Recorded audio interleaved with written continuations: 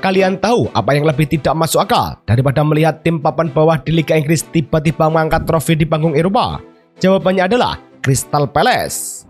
Iya, kalian tidak salah dengar. Crystal Palace, klub yang biasanya tiap musim cuma punya satu cita-cita mulia, yang penting tidak degradasi.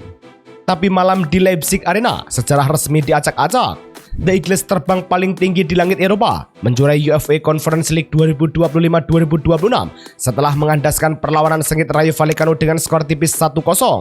Gol tunggal Gianfilippo Mateta di menit ke-50 sukses mengubah klub yang tadinya dianggap tim hore menjadi penguasa baru kompetisi benua biru. Dan inilah plot twist paling komedi sekaligus jenius abad ini. Di kompetisi domestik Premier League, Palace tampil compang-camping, terseok-seok, dan cuma bisa finish di peringkat ke-15.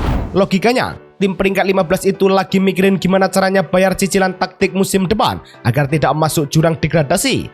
Tapi berkat regulasi UEFA, karena mereka juara Conference League, Palace resmi mengantongi tiket otomatis ke fase grup UEFA Europa League musim depan.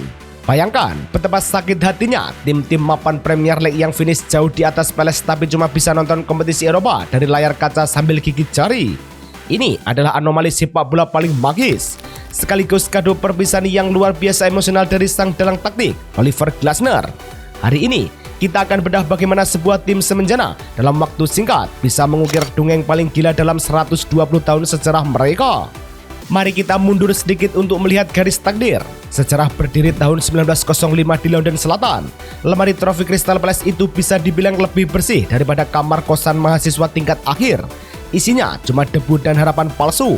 Sepanjang 119 tahun sejarahnya, mereka tidak pernah memenangkan satupun trofi mayor resmi, 0 besar. Sampai akhirnya, pria asal Austria bernama Oliver Glasner datang pada Februari 2024. Saat itu, Palace sedang sekarat, mengap-mengap di dekat zona degradasi setelah era Roy Hodgson yang mulai usang. Siapa yang menyangka? Kedatangan Glasner layaknya oase di tengah gurun pasir. Hanya dalam kurun waktu sekitar 1 tahun terakhir, Glasner menyulap tim semenjana ini menjadi kolektor trofi yang rakus. Mari kita hitung bersama, karena ini terdengar seperti cheat di Football Manager. Pertama, Mei 2025 Piala FA, trofi mayor pertama sepanjang sejarah klub. Lawannya siapa? Manchester City-nya Pep Guardiola yang taktiknya rumit itu dilibas di final. Kedua, Agustus 2025 FA Community Shield, menang adu penalti melawan Liverpool asuhan Arne Slot. Dan yang ketiga, Mei 2026 kemarin, UEFA Conference League di Leipzig. 3 trofi mayor dalam waktu singkat untuk klub yang sebelumnya tidak punya sejarah juara. Ini bukan lagi sekedar prestasi kawan. Ini adalah keajaiban yang kalau di Indonesia mungkin sudah dituduh pakai pesugihan atau dukun sakitnya orang London Selatan. Kemenangan ini juga memperpanjang tradisi unik di mana klub Premier League hobi menjajah Conference League, mengikuti jejak West Ham tahun 2023 dan Chelsea di tahun 2025. Sekarang, mari kita bedah taktiknya secara analitis. Pertandingan final melawan Rayo Vallecano di Leipzig Arena sebenarnya berjalan alot di babak pertama.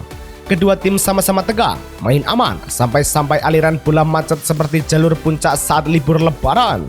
Namun, babak kedua adalah cerita yang berbeda. Glasner menginstruksikan timnya untuk langsung menggebrak, dan disinilah sang bintang masa depan, Adam Wharton, menunjukkan kelasnya. Gelandang muda Inggris ini secara resmi terpilih sebagai man of the match. Menit ke-50 menjadi momen krusial. Wharton melepaskan simpakan roket dari luar kotak penalti.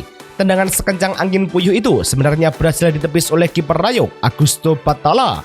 Tapi apes bagi Rayo, bola muntah justru mengarah tepat ke jalur Gianfilippo Mateta. Tanpa ampun, Mateta menyontek bola masuk ke gawang. 1-0 untuk The Eagles. Setelah gol itu, Rayo Vallecano mencoba segala cara untuk menyamakan kedudukan. Mereka menyerang dari kiri, kanan, tengah, bahkan mungkin sampai berdoa di pinggir lapangan.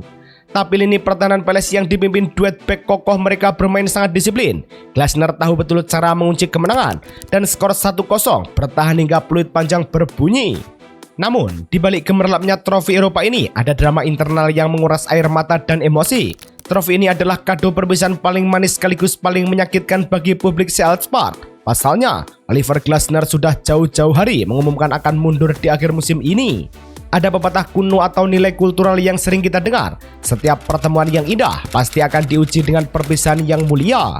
Dan itulah yang terjadi pada Glasner. Kronologi mundurnya Glasner ini penuh intrik. Ternyata ini adalah rahasia yang disimpan rapat selama 3 bulan.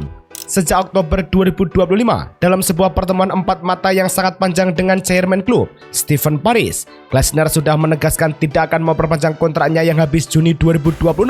Demi menjaga stabilitas tim agar tidak runtuh di tengah musim, mereka berdua sepakat merahasiakan ini dari publik dan pemain, sampai akhirnya diumumkan secara terbuka pada Januari 2026. Kenapa Glasner mantap pergi? Nah, disinilah letak sindiran halusnya untuk manajemen. Glasner merasa dihianati atau dalam istilahnya abandoned, ditinggalkan sendirian. Bayangkan saja, tepat setelah dia mengumumkan akan mundur di akhir musim, manajemen Palace dengan ringannya menjual kapten utama mereka, Mark Gui, ke Manchester City cuma seharga 20 juta pound sterling di bursa transfer musim dingin. Sebuah kebijakan transfer yang sangat amat merugikan skuad yang sedang berjuang di Eropa. Pasca penjualan itu, Palace sempat hancur-hancuran di liga domestik. Mereka bahkan sempat melewati fase kritis, cuma menang 1 kali dalam 15 pertandingan di semua kompetisi. Fans mulai frustasi, manajemen mulai panik. Tapi, disinilah mentalitas seorang pria sejati diuji. Di tengah badai kritik, di tengah tawaran dari klub-klub besar Eropa lain yang merayunya untuk hengkang lebih cepat, Glasner menolak berkhianat. Dia berdiri di depan para pemainnya dan berjanji, "Saya akan memberikan segalanya demi mencetak musim terbaik dalam sejarah Crystal Palace." Janji seorang pria sejati dibayar tuntas secara mutlak di Leipzig. Dan kalau kalian butuh satu momen yang merangkum seluruh rasa cinta, dedikasi, dan kegilaan malam itu, lihatlah apa yang terjadi saat pesta perayaan juara di lapangan. Para pemain The Eagles berbaris rapi, memberikan penghormatan terakhir alias Guard of Honor untuk sang manajer. Alih-alih berjalan, pelatih berusia 51 tahun ini malah mengambil ancang-ancang, lalu meluncur terbang tengkurap menggunakan perutnya di atas rumput basah Leipzig Arena. Ya, sebuah belly slide legendaris yang membakar atmosfer stadion. Senyum lebarnya malam itu menceritakan segalanya. Dia adalah otak di balik era keemasan klub semenjana ini, dan dia berhak merayakan dengan cara se-ekstrim itu. Sebelum pergi, Glasner sempat meninggalkan pesan berkelas untuk suksesornya nanti. Siapapun manajer baru yang akan datang ke sini, saya bisa pastikan ia akan menemukan sekelompok pemain dengan karakter fantastis yang selalu bekerja keras untuk meraih kesuksesan. Ini adalah fondasi dari segalanya. Glasner pergi lewat pintu depan dengan kepala tegak, diiringi rasa hormat setinggi langit dari publik London Selatan. Dari tim yang hampir degradasi menjadi tim peraih 3 trofi mayor, sungguh sebuah warisan abadi yang legendaris. Tapi, kita juga harus realistis dan memberikan peringatan untuk musim depan.